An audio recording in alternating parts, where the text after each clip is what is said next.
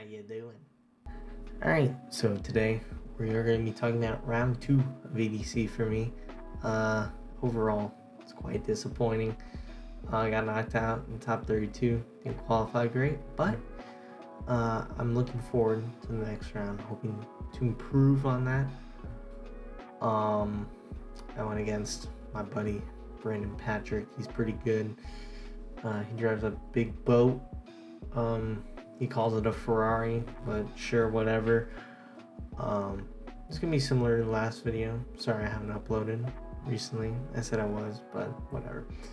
It's gonna be very similar, but without as much analysis. It's gonna be very straightforward. So I hope you enjoy. So here we have my qualifying run. I qualified with a 92.7. It put me in the 22nd place. To be honest, during qualifying, I felt the car was a little too gripped up. I wasn't able to carry as much angle as I wanted to. As you can see, outside zone right there, I went a smidge deep. I was three-wheeling a little bit. Could have been a little deeper in that inner zone there. Could have carried more angle through here. But pretty consistent runs, so I was feeling good. Just the issue came about of who I came up against in the top 32. I think moving forward into the next coming round, I just need to qualify better. I think that will take me farther in the competition and will definitely see me go past the 16 and the 32. So here we have my chase run against Brandon Patrick. He's the VDC driver for Formula Drift driver Federico Sharifo in the virtual Fiorella. The car's pretty good. It's very big, which is funny. I like to call it funny big. But in conclusion, really, I lost, I guess, in both ways in the chase and lead. As you can see, let's go back a little bit. Let's rewatch this. It's pretty aggressive in the chase here. I feel like this paid off for me right there. Very good initiation.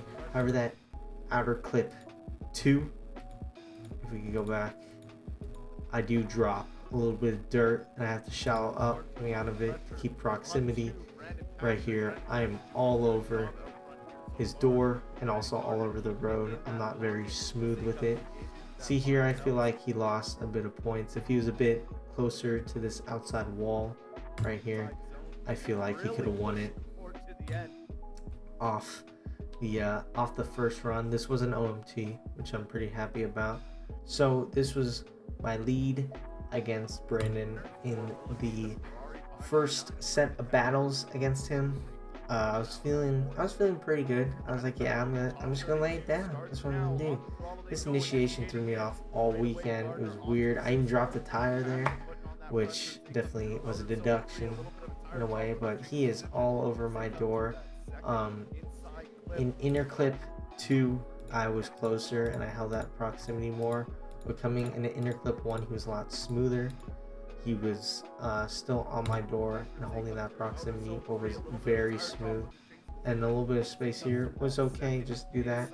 And there, if you see, coming onto this last clipping zone, I chucked a lot of angle just to roll into it, try to get an angle score. I was out here more in the wall to feel my aggressive chase was rewarded, and that last wall run, I feel me being better there.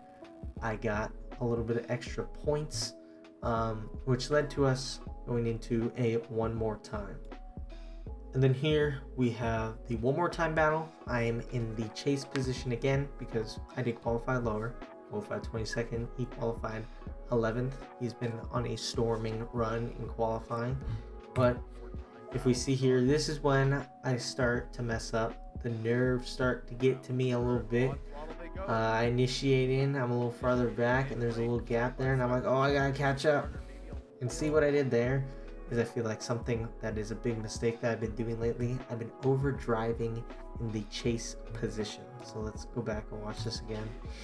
I get right to the door. I surge up to the door. I did not need to do that. I felt like right here, if I stay in this little pocket right here, I would have been just fine. but instead I surge up. I have to pull out a lot of angle to make sure I don't hit him. You can see I am nearly straight right here. I'm practically straight in this outer zone right here. If you can see here, pretty much straight. I transition super slow, pretty much straight. Coming in there, I chuck in all the angle here. I'm all over the place. I have to pull the e-brake. I'm like panicking. I'm practically straight there too. Coming in here, I'm really aggressive, but it is not paying off just because of how much I have to sacrifice to keep the line good and how much I'm over driving to try to stay on his door. I felt, in retrospect, my car was fast enough and it was good enough where I didn't really need to overdrive like this. I could have just stayed in the pocket and I would have been rewarded for that. Now here we are to my second lead. At this point, battle's already over unless he pretty much zeroes behind me. But it was really, I was at a disadvantage after that overdriving in the chase. I come in, boom. This is what I'm talking about. I had about this gap on him in the chase before, and I was matching angle. Here he's a little shallow. I was matching angle. I was just in a little pocket.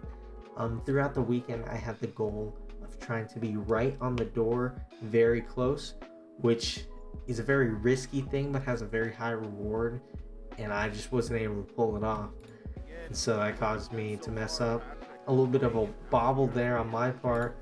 I wasn't able to get into this outer zone fully. If we can see here, let's slow it down. Why not? We have that ability to do that.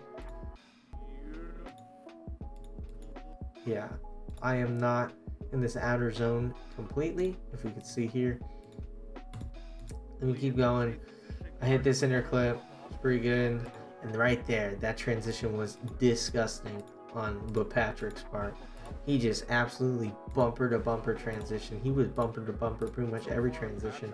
This transition, bumper to bumper. Holding angle being very smooth, bumper to bumper again. He's right there. I even dipped my tire on this curb, which you weren't allowed to, so there's another deduction.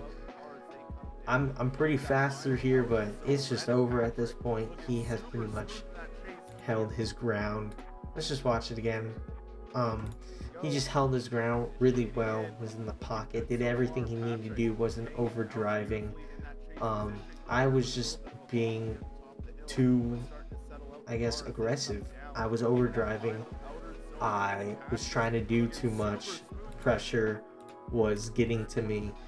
I just need to chill out, have a little more fun, not really think too much about it, and just drive, because that's really my objective. It's not to try to do too much, and that's what I was trying to do this round. I was just doing too much, and coming into round 3, I plan on just taking a step back, not trying to run away, not trying to do anything crazy, just in the pocket, drive. I think that'll be good, and I think that will show in the next round. So I hope you enjoyed this video. It was a lot shorter than the last one. Last one I felt I rambled a bit too much. This one I wanted to keep a little more concise. Also, there was not much to look over because I got eliminated in the top 32. Key takeaways I got from this round was to not overdrive in the chase as much. Coming in the next round, I'm definitely going to reapproach my chase driving and to be much more, try to be in the pocket and not set my car up to where it's just a slingshot everywhere, and it's just a lot more set up to where I could drive it.